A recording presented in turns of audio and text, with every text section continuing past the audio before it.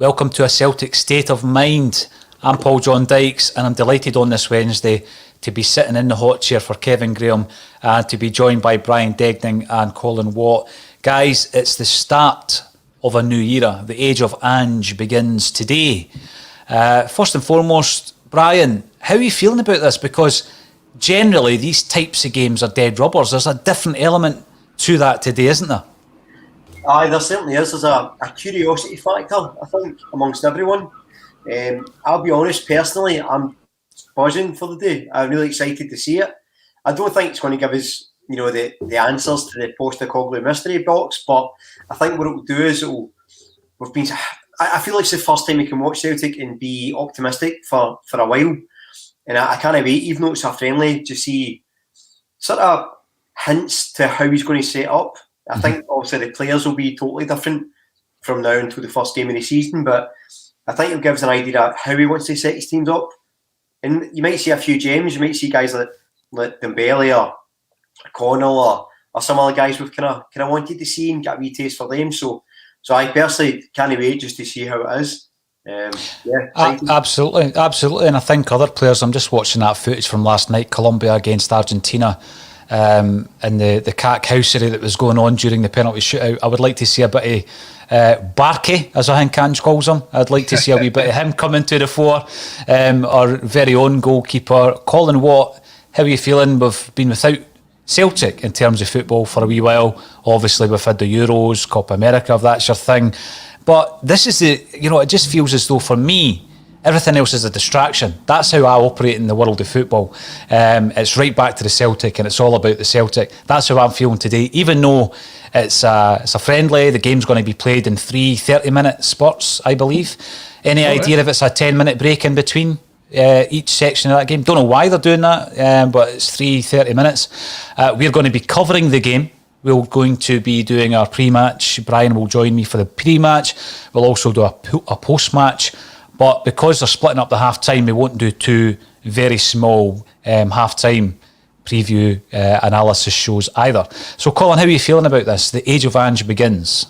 It's almost getting to the point where this is what you've been looking forward to since probably you get put out the League Cup by Ross County last season. That's kind of where we're at now.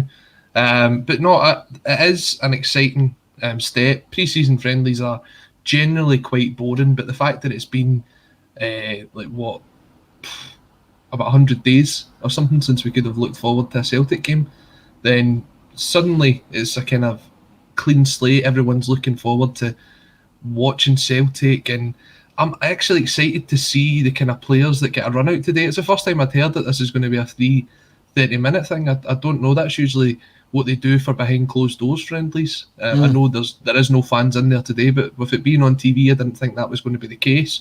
But if that is the case, then I think what you might see is a couple of different teams that Celtic put out, right, and we get to actually see the full utilisation of the squad. From what I've seen from the training videos, it does look as though there is quite a heavy squad that's been sent down to Wales to do the training camp. I think Ange is looking to get to know as many of the players as he can. He's sort of mentioned that in interviews.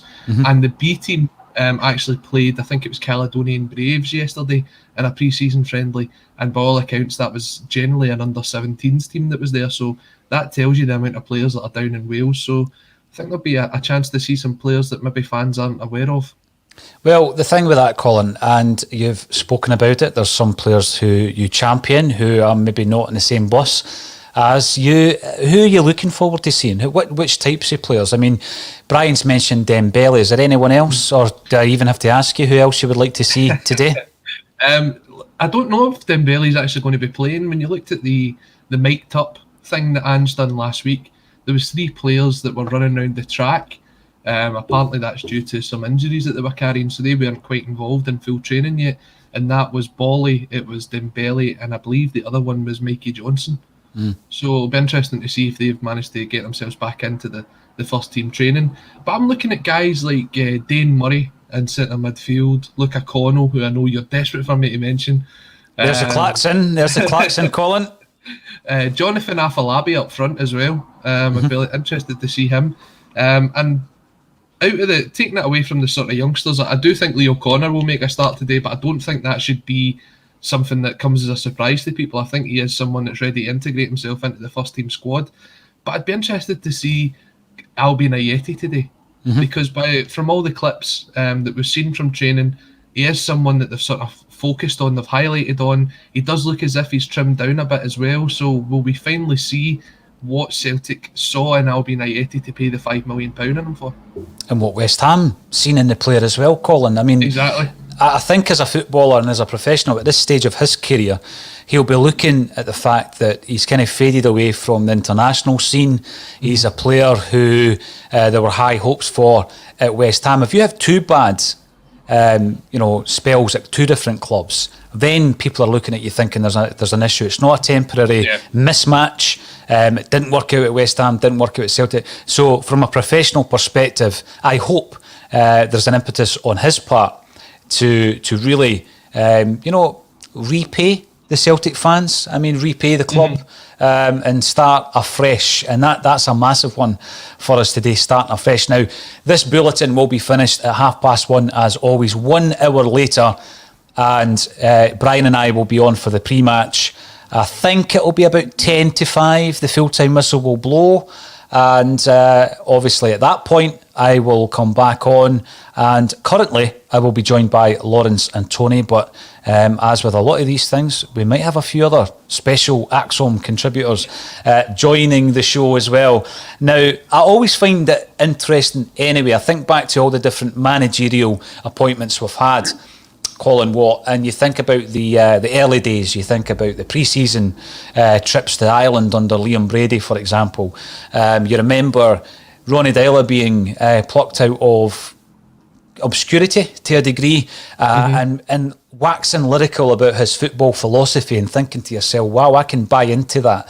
You think about Tony Mowbray and the Wembley Cup and all this kind of stuff, Colin. And what I felt we need to do is we need to maybe look at 2 tenures of 2 Celtic managers who are incredibly successful, and let's go back to this stage of their Celtic careers. So I know that your team, when you think back to the day, the team that you associate your kind of Celtic childhood and growing up supporting Celtic with is the Martin O'Neill side. So you're going to be speaking about where we were when Martin O'Neill, his first game, who we'd brought in, how long he'd been in the job. Thank goodness Twitter wasn't a thing back then, because we'd all be going into meltdown. And then comparing it to what became of Martin O'Neill's team. You know, he transformed from that period of time, you'll talk to us all about the game, to winning a treble in his first season. And Brian's going to do the same with Brendan Rodgers. And it's very interesting to see where we were on kind of day one in terms of, a match day, and where we were at the end of that season, Colin. So let's go back in time to 2000 and have a look at Martin O'Neill's start as Celtic's manager. Yeah, so the first pre-season friendly that Celtic's side under Martin O'Neill played was a game against Bray Wanderers over in Ireland. Now, here's the thing, right? It was put as an NTL challenge match. Now, I don't know for me, if it's just me, sorry, but NTL is one of those iconic Celtic sponsors when you look throughout the years. But the question I'm putting out there just before we speak about this is, what makes an iconic shirt sponsor? Is it the longevity? Is it the success that you have when you're wearing it? I mean, will we look back in like 20 odd years time and go, see when we had that invincible treble, it was Dafabet that was our sponsor? Is that something, or is it the actual brand itself? Well, listen, Colin, I love the fact that you've done a Kevin Graham on us and you've just taken us on a tangent. So let's run with it, right? There was a brilliant conversation actually by David Claxton all about, the sponsorship of a jersey becoming integral to the jersey design, Brian. So you think back to AC Milan, Mediolanum, the hotel, the hotel range that's in Milan. And when you think about the brilliant jerseys back in the day, you always, think back to the sponsors part of the design. You think of the retro jerseys now coming out. If it didn't have C.R. Smith on it, it wouldn't look the real deal, even though everybody knows it's a remake. You need to have that on it. It's part of the design. So I take Colin's point, but what I would say now is these things are kind of less important now. They could change every other season, and I don't think they are as iconic. I mean, C.R. Smith for me will always be the iconic Celtic sponsor. a wee bit of that's due to longevity, but also the fact it was the first sponsor we ever had on the jersey as well. Brian, where do you sit with this? Has it changed during the period that you've been watching football? It's not really as important now. I know a lot of Celtic fans would rather we didn't have betting companies or alcohol firms on the jerseys at all. Some would even say scrap the sponsor, but I'm more of the view that, you know, it's a necessary evil these days, isn't it? Yeah, absolutely. I think it's a mixture of both. So I'm like you. My favourite ever Celtic home top is the 1996. You know, the one with the sort of pattern through it. And I always remember C.R. Smith, I remember NTL. But I think it's because when I think of certain players, certain iconic players, I can picture them in the strip and I can just picture that. So the sponsor itself doesn't mean anything, but just seeing the logo as part of the design. I think as it became less important, or do we just have kind of different memories of how we look back at things? I think, like, when you look back at like Martin O'Neill's era, for example, or as I say, the sort of 90s, they're so distinctive now, you know, the players we had, and I think that you link that together, and maybe it's not quite the same. So, for instance, I couldn't probably remember sponsors for the past few years because I don't think they're as iconic in the players, if that makes sense. So I think actually with this third, I don't know if we're going to talk about it, but this third strip that's come out, that's going to be remembered for how low down it seems to be. The alphabet's almost like your navel. Now, you know, if you've had a few beers and stuff, the last thing you want is a alphabet tattoo across your stomach. So I think it can affect it negatively, but I'm not sure how important it is now. No, that's right. I think back to like Maradona playing for Napoli and Mars being you instantly visualise Mars being on the jersey. The famous Liverpool team of the 80s, Crown Paints. You think about these and you associate with them. But then I also was interested on another one of the shows on A State of Mind where someone was talking about the fact that it's all to do with a particular era in your life, and it's generally a younger era where your observations are such that you take in a lot more of this kind of thing. Whereas as we get older, you start not even paying attention to what the sponsor is on the jersey. And I think that's probably the same with myself. So, Colin, you're even mentioning NTL. I don't regard that as an iconic sponsor, but that's because I was older when that was part of the jersey. So, straight away, Colin goes into the game, pulls out the fact that it was an NTL challenge match, and takes us down a rabbit hole of sponsorship and brand in modern football. Nice one, Colin. Anything else about that game?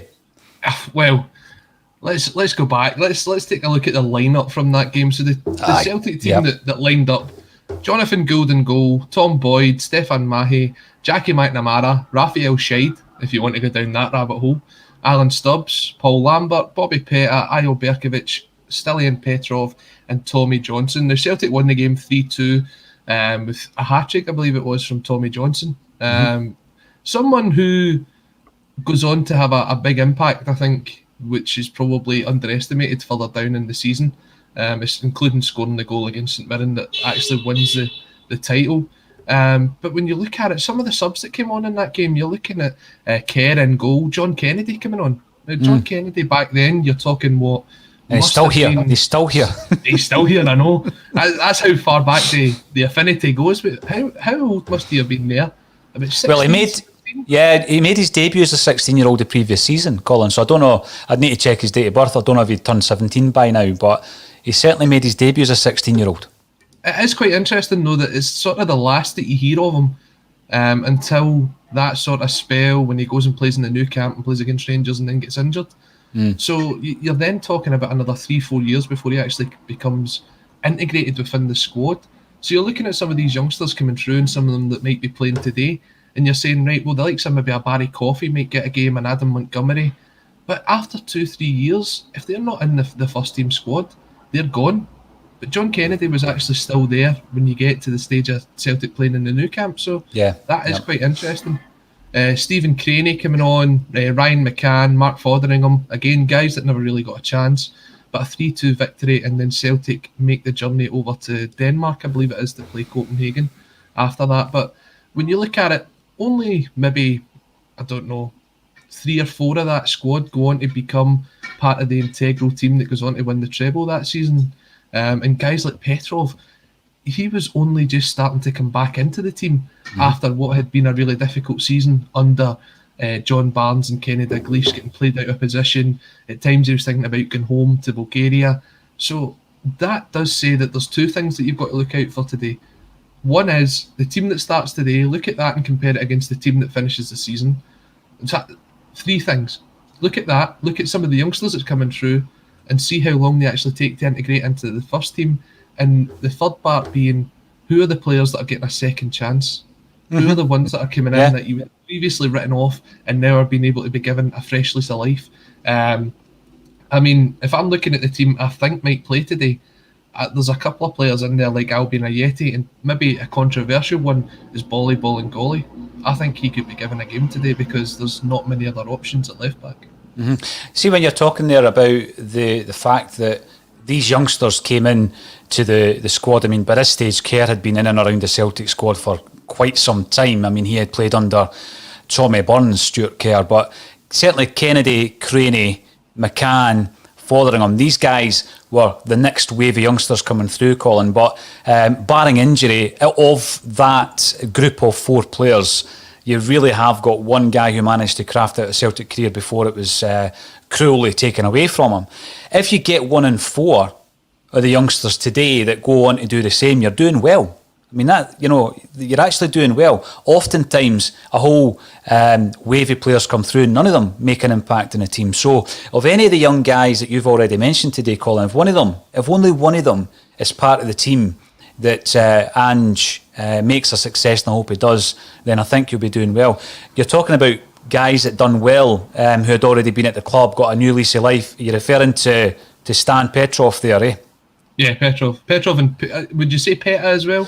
Well, he's always mentioned in those terms, but I think there's a wee bit of revisionism goes into that, because I'm not quite sure. I mean, everybody goes on about the 6-2 game and the Ajax game. Brian, I'll throw this one to you.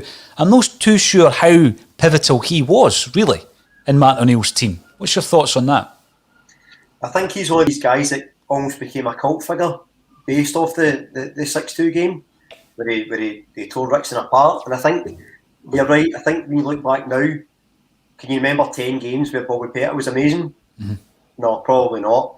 But you've got such a fondness for him. And it makes it a wee bit like Paddy McCourt, because you remember some of his goals, but how integral was he? And it's that, I think he's that type of player where Celtic fans kind of get a fondness for him, and he became known for a couple of things, and then that sort of, I mean, you'd never describe him as a Celtic legend, would you? He's never going to get a Hall of Fame, but cult icon. Good affection for, I think. Yeah, definitely. I mean, the reason I bring it up, Colin, is with Stan Petrov back then, famously he struggled to not integrate only with the side, but with society, and coming over to a new country with a new culture, and the famous story, I'm getting a job in the burger van and all this kind of stuff, and learning the lingo. You would have thought 20 years later or 17 years later when Brendan Rodgers, 16 years later when Brendan Rodgers takes over, that we would be better at that. But indeed, I've heard reports that the likes of Kouassi had the exact same issue. He comes over, he feels isolated, there's no integration, and you just hope that the club, when you consider that Ange himself is coming over to integrate into a brand new culture, that the club are a wee bit better at doing that with any new players coming in. You look at it and you go back to the time when Nakamura signed for Celtic, and he had his interpreter with him basically all the time. Now, he did then go on, and he was one of those players that was determined to try and integrate. He did go and do English classes and things like that. So he was someone that was determined to do it, but Celtic put a lot of effort into that by hiring someone to basically be with him full time. Now, they can't do that for every single player, but there's got to be some sort of support there from the club. If I hadn't heard that story about Kouassi, but does it mean that if you're not getting the help, then the club doesn't think that you're as good as getting it, sort of thing? Like, where does the line being drawn there? Now, it's an interesting one, Colin, because I think we've already spoken. There can be no passengers this season. Every single person who's going to be part of this needs to contribute positively. So you can't have anybody on the periphery of that who are not contributing positively. I'm going to dip into the comment section. Strange Love the Doctor Love that name. Hi fellas, I'm looking forward to the game today. I don't think it will tell us very much, but hopefully we can see some glimpses of the work done on the training ground starting to take root. 100%. You're commenting on YouTube. You can also comment on Facebook or Twitter, whatever you fancy, whatever platform suits you. But if you are watching on YouTube, remember to subscribe, because over the coming months, ACSOM will be giving away prize draws at least once a month, maybe twice a month, to anyone who subscribes to our channel. And they're decent prizes, Brian. This current prize is a framed BPI award for 2.1 million sales of the Verve's Urban Hymns. A gift, I must admit, that I wouldn't mind myself, but that would be unethical if I was to win it. So someone out there is going to win it. If you're local, I'll deliver it. If not, it will get couriered down to you or up to you. Now, the underwater cabbage salesman, talking about great names, I'm looking for some forward passing through the lines and down the sides, and less of the tippy-tappy side-to-side and backward stuff. Come on, Angie's boys. Did you watch the game last night, Brian, talking about fast-flowing, free-flowing, never boring football? There was a wee bit of that on display last night. Yeah, I thought last night was a brilliant game, actually. Considering it was a one each draw and then went to penalties, but there was so much action, so much passion. And I think that's something I'm looking forward to today. I want to see not just how the team sets up, how they play. I want to see them a bit of zing, a bit of dig, a bit of passion, a bit of fire in their bellies. Because I think that's something that we really missed last year as well. There was a lot of meandering, and I think that was partly to do with the style of football, but I also think that the players were just sort of going through the motions. I want to see some of the younger guys throwing themselves about, really wanting to win. I know it's a pre-season friendly and the results not really that important, but I want to see them going for it. I want to see that attitude where every game, every time you're on that park, you want to make an impression. With a guy like Postecoglou, who, by all accounts, is going to, bring through some of these younger players, it's a good chance for them to stake a claim, and hopefully if they cement their reputation a wee bit in his eyes at this early stage, it could be good for them moving forward. I think Sorry, on you go, Colin. On you go, I was going to say, Paul, one of the things that we're looking for, and we don't know if we'll maybe see this out of the first couple of pre-season friendlies, is the captain material. Who we're looking to be the new club captain. It doesn't seem to have been announced anywhere, so we're still looking to see who that will be. Now, going back to that game last night, just before the penalty shootout, Chiellini, he was outstanding just before the penalty shootout when they were doing the tossing of the coin and kind of squaring up with Jordi Alba, but making it like a joke. You could tell it really put off Jordi Alba last night by doing that. So it was already about the mental and psychological thing, and that's one of the characteristics of a great captain, and hopefully something that we can see down the line at Celtic. Yeah, I mean, what I'm going to say as well, we comment, because there's a lot of comments coming through in relation to a story that broke on social media yesterday. It would be wrong for anyone to comment on ACSOM until something is confirmed. There cannot be trial by social media without any of the evidence being confirmed as evidentially viable. So regardless of what I individually or anyone else on the show thinks about the accusation or allegation, we won't be commenting on it until it is confirmed. And once it is confirmed, then we'll comment on it. People coming in and saying you've spoken about things that are unconfirmed before. A transfer target or a wee bit of gossip in the transfer market is slightly different than the story that broke yesterday. So we're well aware of it. No one is ignoring it, but we're certainly not going to take any great delight in discussing it until the matter is confirmed or otherwise. So we will come back to that one, just to clear that one up as well. Going back to Martin O'Neill, Colin, some of the points I made looking at that game. So he was appointed on the 1st of June. By the time we played the first game under his tutelage, he had been in the job 38 days, which is a lifetime as a manager at Celtic. And at that point, no one had been signed. Now, I know that the internet was a thing, but Twitter, social media wasn't a thing. Had it been back then, we would have been going into meltdown 38 days in after a poor season the previous year. I know that we were in talks with Chris Sutton by this stage, etc. At this point, we were 21 days away from Martin O'Neill's first competitive game in charge of Celtic. And as you said earlier, the team that actually played that very first game against Bray Wanderers, only 4 of the players featured in the eventual clinching of the treble. And those 4 players were Paul Lambert, Tom Boyd, Jackie McNamara and Tommy Johnson, who scored a hat-trick in O'Neill's first game. What's your thoughts on that? And what's your thoughts on the difference between the team that lined up for the first friendly against the team that lined up against Dundee United in the first competitive game? I mean, you spoke about Chris Sutton there. That's a really good point. Chris Sutton, the deal was done for Chris Sutton, but there was contractual things that were going on in the background. I think he was still working on a bit of a payoff from Chelsea because his wages would have dropped coming from Chelsea to Celtic. But that was all sorted on the day of the game, and he travelled up for his medical that day. So it wasn't very long before we actually got to see Chris Sutton in the green and white hoops. You go back to looking at who Celtic's managed to bring in so far. A lot of the kind of movement has been players that were previously identified or work has been done on them. I guess maybe the exception being Uragide. I hope I've said that right. I'll stick with Ozazi if I've not. But yeah, we aren't going to see really the signings that Ange is looking to make so far, and it does bear a lot of a similarity to the Martin O'Neill first team, and that's why I was saying it's going to be very difficult to make a kind of overall judgment from today's game. But what you are looking to see is slight differences. Now, we spoke about this a couple of months ago when we said we're not going to go into the new season and we're not going to see Celtic having made 11 or 12 transfers that we think is actually needed because of the amount of players that's going to be leaving out the club. But what we did want to see how the new manager could bring on some of these players. Yeah. And there is players at the club that we know need brought on. So even in that short time that they've been under Ange, what's different? Watching that mic'd up video, the best thing that came out of it was the idea that we've got to play and keep playing and never stop. I think what he said was you only stop at half time and we stop at full time. And if the other team want to stop, that's good for us.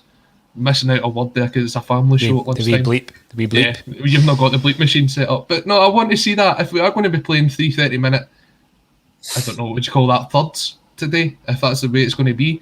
From the minute that the whistle goes to it blows again for the half time or the third time or whatever we're going to be calling it, I want to see that intensity from them. Mm-hmm. I want to see how much of Ange's sort of mentality has been passed on to the players and how much they've actually bought into it. Yeah, and one wee point before I pick up on that, Colin, about Nakamura. Drew comes in to suggest that he never bothered learning English, and beyond the beaten track comes in to say Japanese are very reserved and dedicated to their craft. Naka had a few good years. Well, he's still playing. I mean, Ange Postecoglou made that wee jibe himself when he was asked about other markets that he's familiar with and the fact that Nakamura was still playing.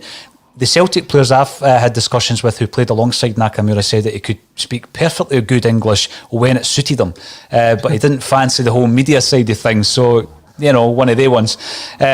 Again, looking at the new recruits, it's always interesting to see new recruits starting their Celtic careers as well. Brian, is that something we're focusing on against the former club Sheffield Wednesday today as well? I think so, yeah. Like, I think we're always looking for wee nuggets of information about players, aren't we, and how they perform and stuff. But you can't make snap judgments on the players either. If Big Uragide has a nightmare today, you can't be saying, oh, he's a dud. So I think you got to take it with a pinch of salt. But yeah, of course, you're going to be looking at how he performs, and I think you probably get a better idea of where Ange thinks we need to strengthen, depending on who he plays. So I know we spoke about priority areas, and we spoke about what we think the priority areas. Mm-hmm. But it'd be interesting to see, you know, because I slightly disagree with Colin on that. I think because we're so close to Midfield game, I think we'll see a similar system we're going to play. I think he'll be trying to say, look, this is how we're going to play, let's practice this and fill the gaps accordingly. So I think it'll be exciting to see that side of things. And as you say, yeah, you're always focusing on the new guys coming in, but I think it's just as refreshing to look at some of the younger guys and see if there's any nuggets there, any gems. That's what I kind of get excited about, if I'm honest. Mm-hmm. Mm-hmm. Sorry, Paul. How long ago now was the fan media conference? Are we talking close to 2 weeks now? A week and a half, yeah. Yep. Now The thing that I took away from that was when he was asked, when do you think you're going to bring in your first signing? And he said he wanted it in yesterday. We've only really signed Urhoghide since then. Mm-hmm. So what is holding up these transfers, if there is? Is it a concern for you, Colin?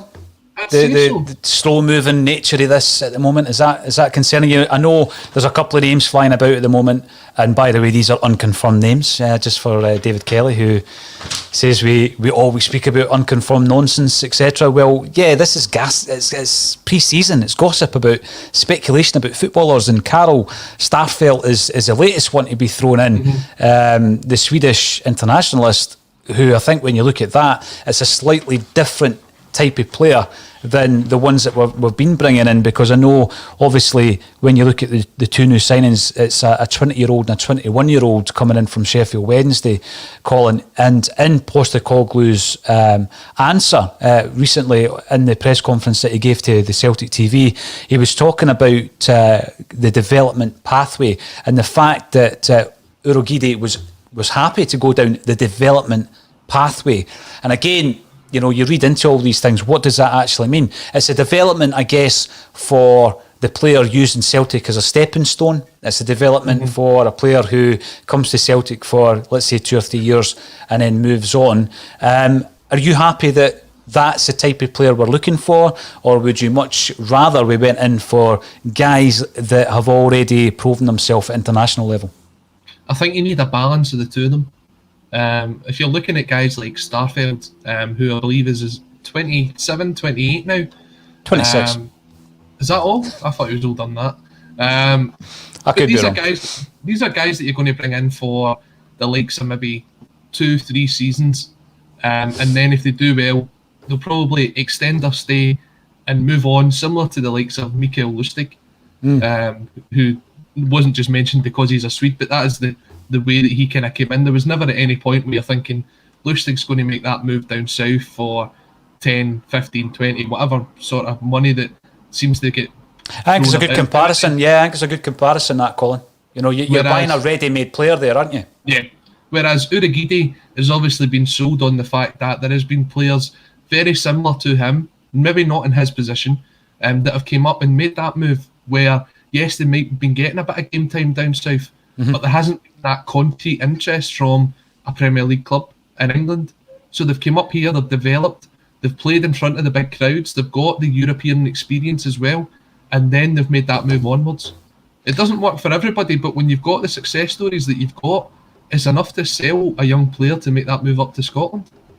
Yeah, I'm going to ask Brian his thoughts on that as well. But before I move on from this Bray Wanderers game, Jai Hamilton 1-2, very defensive from O'Neill's first game. I could never have told you, if this was an ACSOM quiz, that Raphael had started Martin O'Neill's first ever game in charge of Celtic. I could never have told you that. That's the one surprise. That was the one big surprise when I looked at it. 3 centre-halves when you look at it. So was he already trying to integrate that 3-5-2? So he's already put his own stamp on the team, although massive changes after that. Yeah, absolutely. I mean, do you have any concerns yourself, Brian? I mean, we're using the Martin O'Neill example. You know, he plays his first pre-season game. We're quite close. We're only 21 days away from his first competitive game. No new players had come in at that point. We brought in a couple, both of whom I think the hard work had already been done with them. They'd been identified prior to Ange coming to the club. Is it a concern for you, or do you think that it's basically we have put ourselves in a position where we can't be anywhere else at this stage? I mean, I think that we have to take into account the Euros being on as well, because that's going to tie up players, agents, stuff like that. So I think the market in general it's going to be in flux anyway. My concern is, as I've mentioned before, is I don't want us to spend this transfer window stockpiling younger players, because we need players that can come in and do a job. So we get this big Swedish lad in, that's the type of players we should be signing. We need say 5 strong, established players to fit into that team and hit the ground running. And then if we've got a couple of younger guys round about it, brilliant, we can develop them over the course. I feel like it should almost be 2 layers. Mm-hmm. So you've got your senior pros that are starting right away, and then fill the rest of the squad. Your younger talent, as the season goes and they develop and they start to wind down, it changes, and then if you get your younger players at the end of it, young, athletic, fit, strong, that's going to hopefully sustain the club for a few years. But I mean, the interesting thing with buying younger players is, if they come in and they do great for a couple of years, they're going to move on anyway, because a bigger club's going to come in and get them, or a richer club rather. If it's an established international you bring it in, chances are he's here for a few years until he gets too old and moves on. So I think the cycle of players, regardless of their age, is probably quite limited anyway, with a few key exceptions. So my concern, I kind of gathered that this was going to be a long transfer window. A, because of the size, and B, because of the timing with the Euros, and obviously Brexit and the pandemic as well, they've got to be factored in. But in terms of the players we've identified so far, I don't want it to ground to do. We've no time to develop a team now. We need to get a team in place that can function, and then we can add that sprinkling a youth throughout the season. I think we can't rely on younger guys right away. No with the rebuild we need to do. But I mean, does it not then come down to the quality of the signing that you're going to be making? So see if you'd brought in someone like Vuskovic, who, by all accounts, listening to Craig Moore today, says that the deal's gone cold on that one.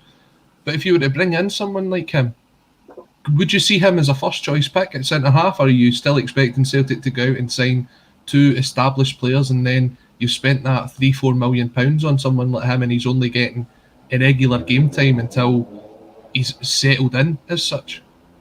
That's what I'm saying. I think what Celtic will do is they'll be trying to get these guys and maybe play them right away, but we don't know. It's just my opinion is I think we need, especially in centre defence, you need at least one really strong, experienced centre half, a real leader at the back.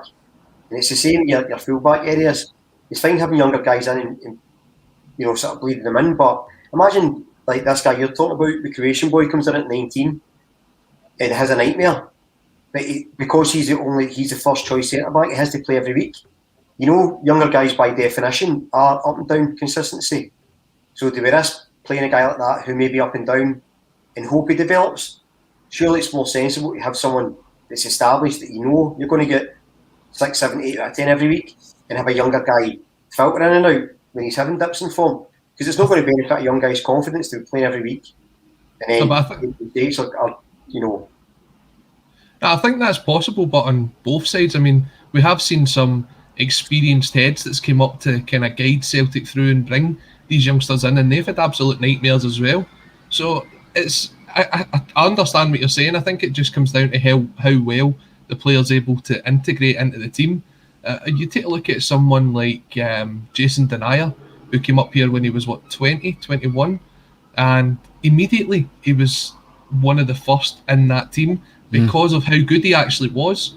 And we don't know what the likes of Starfelt and Vuskovic could bring to the side, but I would argue that if they're good enough, then what does it matter? As long as they're putting the performance in, week out, then that's what we should be relying on.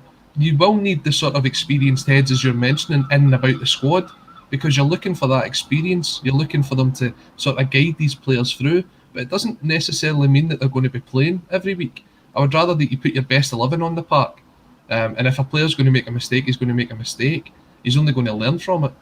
But always play your best 11.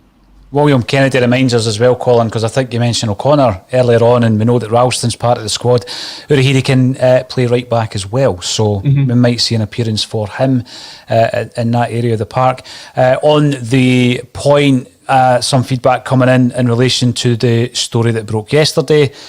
Just to clarify, this may result in action being taken by the club, or it might, and I don't think it would, result in what's been suggested in the comment section, criminal action. But even if it was the club that was taking action, it's something that we're not going to comment on whilst it is merely speculation.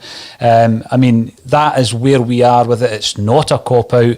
It would be the most sensible thing to do. We're all aware of what we're talking about. We've all seen the tweets, but we won't be talking about it on ACSOM until we find out more about that and whether or not it is genuine and confirmed. And that's where we stand on it. And I understand that people want to speak about it, but I'm sure it will develop over the next few days. Now, I think, Brian, that's where you were coming from in relation to bringing in a player. And I mean, Rodgers did it. Remember, he brought in Toure just to get us through the qualifiers, bringing in a player that you know you're going to get that level of performance from. You've got all the experience. And you mentioned it when the story around Sviatchenko came up, which I was going to say divided opinion. A lot of people were dead against that, seen it as a backward step or at least a sideways step. But you thought, you know what, it's just filling a gap. Because let's not forget, Julien, who's been left at home, he's going to be back playing, I think, September, October time. So, you know, that'll be upon us before we know it as well. And I'm sure that's in the back of Ange's mind. You're absolutely right. And listen, I don't care if the squad's full of 16-year-olds, if they're good enough. It's a question when you bring in new players, are they good enough? And as I say, I think that it just goes back to pedigree. So you mentioned Dreyer. He was coming from Man City, really highly regarded. He'd had some loan spells elsewhere. Uri Giddy's had 21 games for Sheffield Wednesday. So there's a difference there right away. And I hope the big man hits the ground running and is a world beater.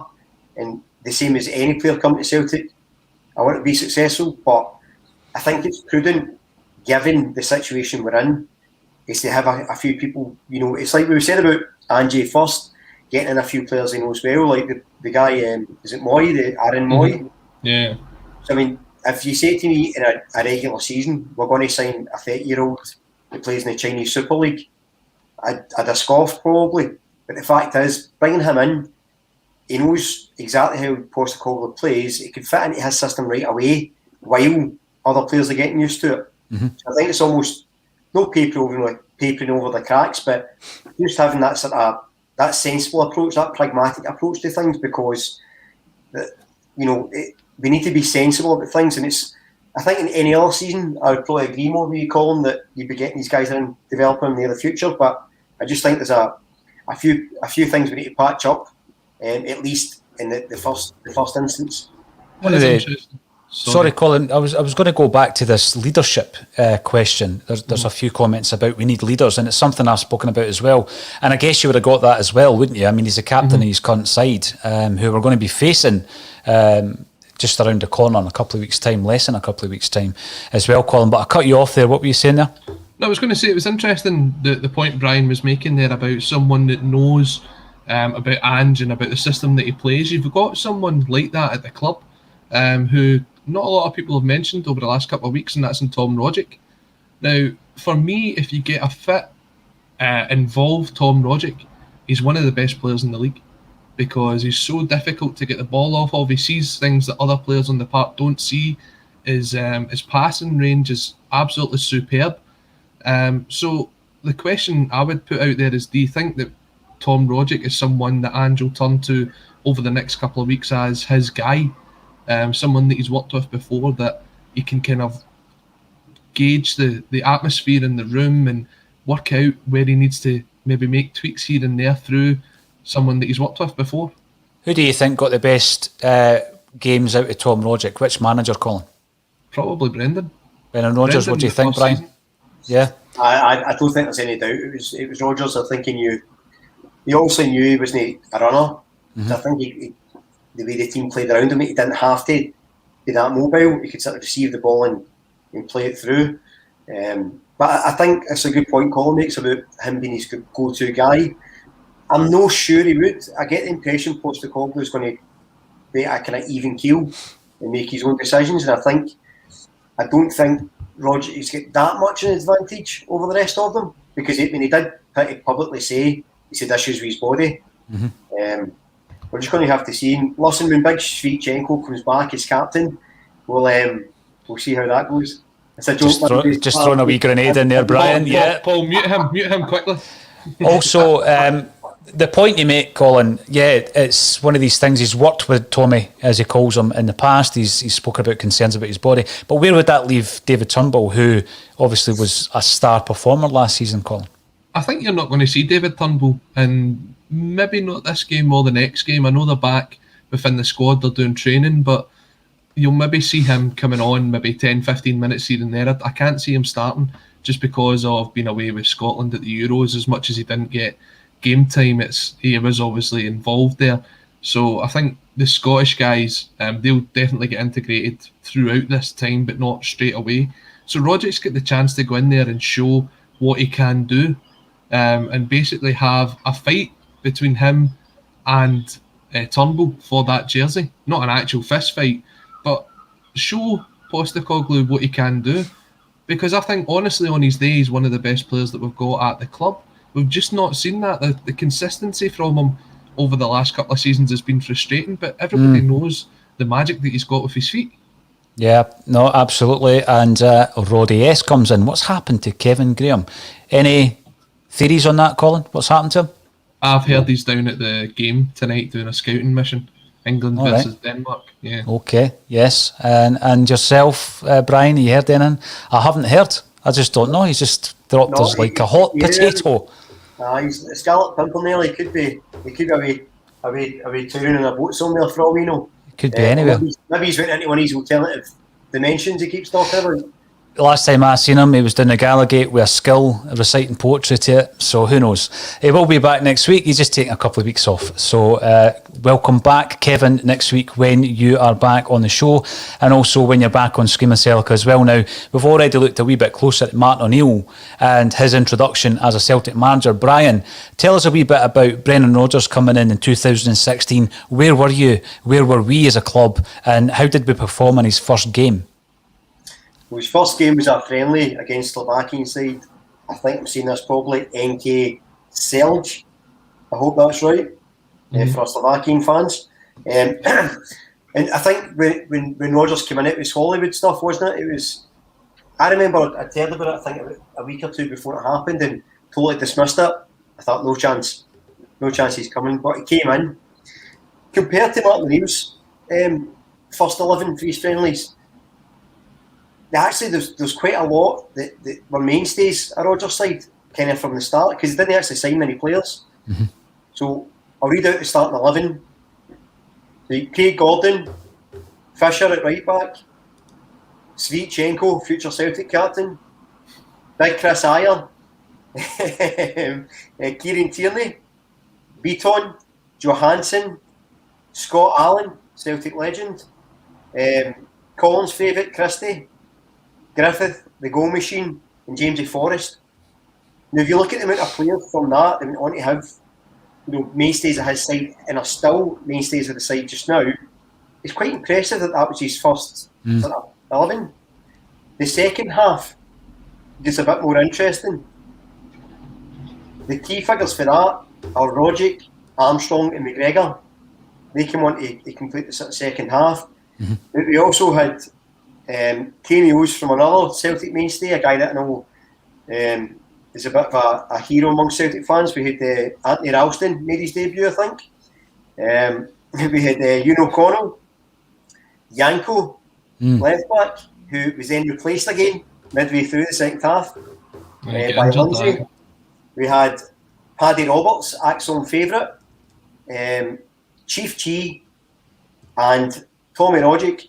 Come on, and also Henderson, young Henderson, who also went on to then play Blythe Trade in Italy. But if you look at that starting 11, Gordon, Ayer, Tierney, Eaton, Christie, Griffith, Forrest, and then McGregor coming on second half. That's Dembele, Scott Sinclair aside, that was pretty much he's going to go to starting 11. Mm-hmm. So it was really interesting how they started off that way, and I think one of the things that Rodgers brought that I hope Postecoglou brings was that he improved almost every single player at Celtic at the time. It wasn't a rebuild the way Martin O'Neill did, where he brought in a sort of raft of players. Rodgers really took, Big Kolo Toure, Dembele, Sinclair, and then developed everyone else. He transformed Armstrong into the player he is today. I think McGregor played his best football under him. Mm-hmm. He turned Forrest into a goal scorer. And that's what real strong coaching and real strong mentality bring. And I'm hoping Postecoglou does the same. So we may not need, I think we need more signings than just a couple, but it may be the case that there's some guys he really develops and actually become mainstays of the side for a long time to come. Another thing I would use and compare this with Colin's team is the young guys who were involved coming on as substitutes. So Leo Fassan, Anthony Ralston, Ewan O'Connell, Jamie McCart, who went on to win 3 domestic trophies elsewhere, as well as Jamie Lindsay and Liam Henderson. How many of those players, Colin, actually made them a career for themselves at Celtic? I know Ralston's still here, so I mean, you can make an argument for that. But, you know, if you get a clutch of 4, 5, 6 players, it's very unusual that 4 or 5 of them are going to be mainstays and make a career. If you get one out of the crop today, I think we're going to be happy with that. Interestingly enough, you brought up a wee blast from the past in Seri Yanko. Look at what happened when he left Celtic. Look at the clubs. If this was one of Laura Bradburn's, where did he go next? Look at the clubs he's played with: Barnsley, Saint Etienne, Porto, Nottingham Forest, Young Boys and Real Valladolid. And when he was at Young Boys, he won a double, including a league title. I think the manager at that time was inadvertently linked with Celtic when we were looking for Ange Postecoglou, as well, the Young Boys manager who has gone to pastures elsewhere. But you look at some of these names and you think, you know, the first goal scored under Martin O'Neill was scored by Tommy Johnson. The first goal scored under Rodgers was Nadir Chifche. Who's going to get the first goal under Ange Postecoglou? Interestingly enough, I think by the time the first game was played, Brian, he had been a manager. Brendan Rodgers had been in charge at Celtic for 41 days. So roughly the same as Martin O'Neill, a few days longer. And he had brought in one player, but again, it was a legacy player who Celtic had already identified in Moussa Dembele. We were 12 days away from his first competitive game, and from that first list of players that you read out there, 7 of them were to feature in the Scottish Cup invincible clincher when the aforementioned Tommy Rodgers scored that memorable goal. So it is interesting. It will be interesting again to look back with hindsight at today's game. I'm going to ask you though, Colin, what you first. Give me a lineup for today. I asked the boys the other day and they bottled it. Give me a lineup for today. I think we could see Barkey in goal, starting the game. Somebody told me this wasn't just a Ange Postecoglou thing. Apparently his nickname across the team has been Barkey. So we'll go with that. I think we'll see Leo Connor at right back, Uragide and probably Welsh in at centre half. Wouldn't be surprised to see Volleyball and Goalies play as well. If not, then I'd probably see Montgomery out there because I don't see Greg Taylor starting. Right midfield's one that I'm not 100% sure on. I'd love to see Moussa Dembele, not Moussa Dembele, Karamoko Dembele. I'd love to see Moussa Dembele as well, I'd love to see Moussa as well. I think we might see Shaw playing in the defensive holding role, Liam Shaw. Also wouldn't be surprised to see someone like Scott Robertson get a game. A kind of wild card that could be thrown out there is Olivier Ncham. He's down there with the squad. Be interesting to see where Postecoglou sees him fitting in. I think he'll play Rogic, Mikey Johnson, and I think he'll go with Odsonne Edouard up front. If he goes with Edouard, is there any reason why you wouldn't go with Ajer? Has he been ruled out that I'm unaware of, Colin, or do you just think it's a matter of time before it's confirmed that he's leaving the building? If we go with Edouard up front, then it's not Ajer. Is that what you... No Ajer up front. I'm saying, why not play Ajer? Oh, right, with Ajer. They're both in the same situation in terms of they're in that phase of purgatory where we're expecting both of them to leave, but we've taken them. And if you're going to play Eddie, why not play Ajer? And I don't mean up front. Right, okay, get that. No, I think you will see a bit of Ajer playing today in one of these thirds if there is that the case. I just don't think he'll start. I think he came into the training system after Edouard, so he's not had as much time with the squad as what Edouard has. I think it's just a timing thing. Cool. What about yourself? Would you make any changes to that team, Brian? I mean, how do you see him lining up? Mikey Johnson, if we're going to be playing someone wide left, it needs to be him because he's the only player we've got who can fill that position, I think. I think he'll probably go for, I think he said he prefers a sort of 4-3-3, so probably similar to Colin. I think you'll have Barkis in goals. I think probably Ralston right back. If he's just given a new contract, they might fancy trying him out. I think we'll have Uragide, and then I think you might play Shaw at centre back. I think I've got the feeling he might actually be this ball playing centre back. He fancies, so I think you might see him. I think Monty left back. I love that nickname. I think you see probably Connell, Turnbull, and then maybe Robertson, sort of holding. And up front, I think you'll have Dembele, sadly no Musa, Johnson. I think he'll play Albie, but I think Eddie's going to stay. That's just my wee bombshell. I think Eddie will see it the season. I don't think he's going to go, because I think they're probably thinking by the time you sell him and then get the add-on fee at PSG, you're not going to make that much profit. Whereas you probably keep him for a year and do a turn. So if you see him, I think he might actually stay, whereas I think Ayer's definitely off. So just throw that wee grenade in there. But I think you'll probably see Albie starting today, but I wouldn't be surprised if Eddie starts. You were mentioning earlier, Paul, about players that we might quite like to see getting a bit of game time today. Leo Helge is another one, just came to mind there. You're talking about the sort of centre-half thing. Maybe him and Ayer will get one of the 30 minutes alongside each other. We'll maybe look to see what the preferred partnership will be at the back. You'd think at the minute it would be Ayer and Welsh because they've played alongside each other, but maybe playing a couple of young boys alongside an experienced head, like Brian mentioned earlier, might just see what you can get out of them. Has Postecoglou brought his son along, like Anton Rodgers, just to give him a wee runabout now? I actually didn't think he had the worst game when he played for us. Did he not nearly score as well?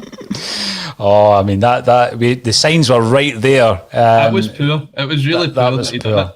That was poor. David Kelly, Kev's flicking through his CDs for his next show. I think Kev's still on the gramophone, sitting there with his house coat on and his pipe, considering what music he's going to talk about next Tuesday. See, when we're looking at the backlash as well, Colin, of... I'm going to... so everybody knows the categories we're talking about: mainstream media, fan media, alternative media, rebel media. I'm not quite sure, but it seems to have been categorised into you're either a mainstream or you're part of this alternative fan movement. There was a huge backlash, obviously, after the press conference that you mentioned, and I found it interesting that a few high-profile journalists in Scotland came out and gave the fan media conference a lot of negative verbals on that. And, you know, with regards to that, Colin, I think I mentioned the other day that I don't like to just categorise a whole lot of that industry in one big pot, because there's so many good people and really, really talented journalists within it. But when they're focusing on one tiny wee aspect of the fan media conference, which lasted, I don't know, less than a minute, I would guess. I thought that was a wee bit unfair, and I just thought that, you know, it's a bit of a bun fight at that stage. What was your thoughts on that, Colin? And where do you see the fan media movement going this season? And then I can maybe tell you some plans that ACSOM have got. I think it was very easy. The person in question made it very, very easy for the mainstream media to pick it up and have a go at him. And because of that, it sort of swept all of fan media under this one brush. I mean, that person, as far as I can see from everything within social media and in the papers, that person's not been mentioned. That person's never been called out as this was the person that done it. But yeah, every other fan media group that I've seen has said, oh, well, it must have been so-and-so from this one or so-and-so from that one. And they've continued to take the bullets for that one person who's continuing just to do what he does. So it's a real shame, because it was an introduction to fan media for Mackay and for Postecoglou to see, right, okay, let's see how this goes. We've seen this as a growing trend. There's more and more of these outlets out there. Mm-hmm. Let's see what it's like. Let's give them the chance. And I'd like to think that the balance of it, looking at it overall, the quality was very, very good.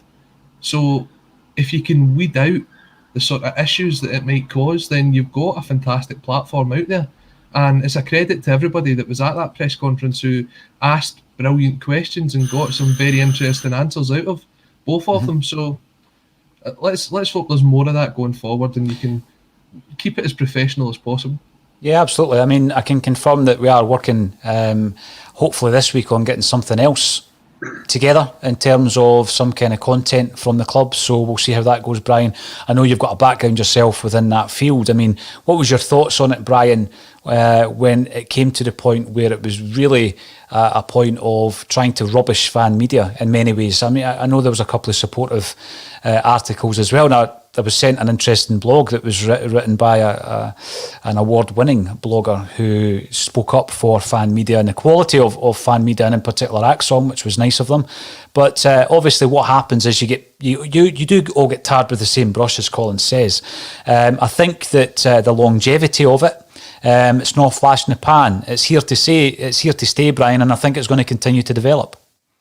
You're absolutely right. One of the things, so yeah, as you alluded to, my background's in journalism, and one of the things that I live by in life and anything I do is that competition should inspire you to be better. Mm-hmm. So if you've got competition, don't attack it, don't get defensive, just improve. There's a reason fan media exists, and it's because of the failure of mainstream media to give a proper representation of how fans see things, particularly in Scotland and particularly regarding Celtic. So I think that one press conference has sent the mainstream media into a tizzy. So many people attacking fan media and jumping on this bandwagon and having a go, and it's one press conference. Yeah. How are they going to feel after a season of press conferences? What they're going to have to do is look at themselves in the mirror, see how they can improve, and you know what? Check the ego and actually look and take some tips, because I thought actually some of the questions, not just from Natasha, who represented us, but some of the other people that were there were really well put, really, really articulate, really well thought, and really good, engaging questions that you simply don't get in a normal mainstream media press conference. So I think instead of attacking fan media, they should be learning from it. You know, the other thing I would say though, right, is there has been occasions in the past, Brian, and I won't name and shame and all this kind of stuff, where people have taken the opportunity. For example, quite famously, when Peter Lawwell was at a press conference and took the opportunity to throw a low bowler around an issue involving the club that had nothing to do with what the press conference was about. So it was something that was a generic press conference, be that a launch or even the introduction of maybe a new player or a manager. Colin, I can't quite remember what the situation was, but you know, a particular journalist threw in a grenade about something that, again, was going through legal proceedings. So, you know, when you are talking about, and I'm at pains to say that I'm not going to put everybody in one group and say you are the mainstream media, therefore you are the enemy, because I don't believe that. I honestly don't believe that. And I think it's wrong for certain individuals within that industry, Colin, to try and do the same with fan media, because, I mean, various different platforms are available, and some of them are doing it from their bedrooms or their kitchen table. Some of them are able, due to the fact that they have maybe built a platform, to do it in a more professional way. But what you do get is you get opinions, and it's real. And I just think I agree with you, as long as you maintain that professionalism. And that doesn't mean to say you don't have a sense of humour. You know, you can have a laugh and all this kind of stuff, but as long as it's professional. And I just felt that there was a wee bit of the fear factor, as Brian says. I mean, starting to call it a fundamentalists fan forum. I mean, it wasn't that at all, was it? You know, no. It was 45 seconds of a brain fart that opened it. And I think the club will learn stuff from that as well, because perhaps it shouldn't have gone out live and it could have been edited, and only those within the room would have known that was the opening salvo. So I'm looking forward to what we're doing at a Celtic State of Mind over the last year. A massive part of that has been the live bulletin on a daily basis. Live broadcasting has become part of our life, be that during work calls using Zoom, which I didn't even know existed 18 months ago, to obviously doing things like this. This will continue on a daily basis, but ACSOM are working on various other productions, fully produced shows that will be available on our YouTube channel several times, not daily, several times weekly, several times monthly. There'll be various shows coming out to you. We've got a great, talented bunch within the ACSOM camp, and they're all going to be involved.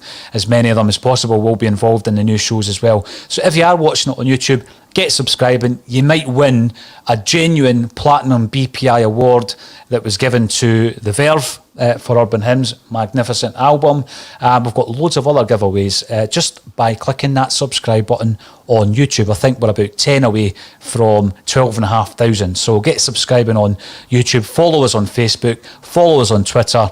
Follow us on Twitch. We don't have a TikTok account yet. I don't know how to use Instagram, but we're all over the place. Just get following. All that's left for me to say is thank you once again, Colin Watt, for joining me on A Celtic State of Mind. Brian, I'll see you in about an hour, and we'll cover the lineup if it hasn't already been released. Thanks, everybody, for getting involved.